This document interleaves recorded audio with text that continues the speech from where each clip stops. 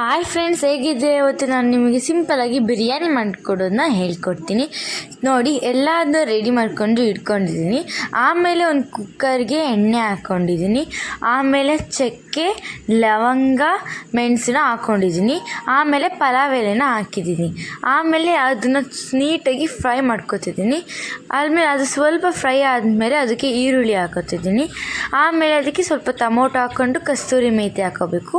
ಆಮೇಲೆ ಅದಕ್ಕೆ ಸ್ವಲ್ಪ ಶುಂಠಿ ಬೆಳ್ಳುಳ್ಳಿ ಪೇಸ್ಟ್ ಹಾಕ್ಕೊಂಡು ನೀಟಾಗಿ ಮಿಕ್ಸ್ ಮಾಡಿಕೊಂಡು ಸ್ವಲ್ಪ ಕೊತ್ತಂಬರಿ ಸೊಪ್ಪನ್ನ ಹಾಕ್ಕೊಂಡು ಮಿಕ್ಸ್ ಮಾಡ್ಕೋಬೇಕು. ಆಮೇಲೆ ಚಿಕನ್ ಹಾಕೋಬೇಕು. ಕಟ್ ಮಾಡ್ಕೊಂಡು ಇಟ್ಕೊಂಡು ಅಂತ ಚಿಕನ್ನ ಹಾಕೋಬೇಕು.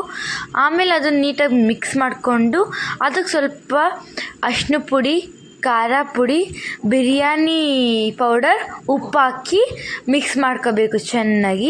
ಆಮೇಲೆ ಅದಕ್ಕೆ ಸ್ವಲ್ಪ ಮೊಸರು ಹಾಕ್ಕೊಂಡ್ರೆ ಇನ್ನೂ ಚೆನ್ನಾಗಿ ಟೇಸ್ಟ್ ಬರುತ್ತೆ. ಆಮೇಲೆ ಅದಕ್ಕೆ ನಾನು ಅಕ್ಕಿನ ಹಾಕೋತಾ ಇದ್ದೀನಿ. ನಾವು ನಿಮಗೆ ಮನೆಗೆ ಎಷ್ಟು ಬೇಕಾಗುತ್ತೆ ಅಷ್ಟು ಅಕ್ಕಿನ ಹಾಕ್ಕೋಬೇಕು. ಹಾಕ್ಕೊಂಡು ನೀಟಾಗಿ ಮಿಕ್ಸ್ ಮಾಡಿಕೊಂಡು ಎಷ್ಟು ಲೋಟ ಅಕ್ಕಿ ಹಾಕಿರ್ತೀರೋ ಅದಕ್ಕೆ ತಕ್ಕಷ್ಟು ನೀರನ್ನ ಹಾಕಬೇಕಾಗುತ್ತೆ. ಒಂದೇ ವಿಷಲ್ ಸಾಕು, ನೀಟಾಗಿ ಆಗಿರುತ್ತೆ.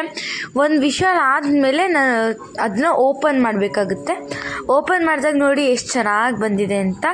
ಇದನ್ನು ನೀಟಾಗಿ ಮಿಕ್ಸ್ ಮಾಡ್ಕೋಬೇಕು. ನೋಡಿ ಹೇಗೆ ಹಾಕ್ಕೊಡ್ತಿದ್ದಾರೆ ಅಂತ. ನೀವು ಒಪ್ಪಂಗೆ ಕಾಲು ಅಂದರೆ ಇಷ್ಟ, ಅದಕ್ಕೆ ಅಮ್ಮ ಇದು ಹಾಕ್ತಾಯಿದ್ದಾರೆ.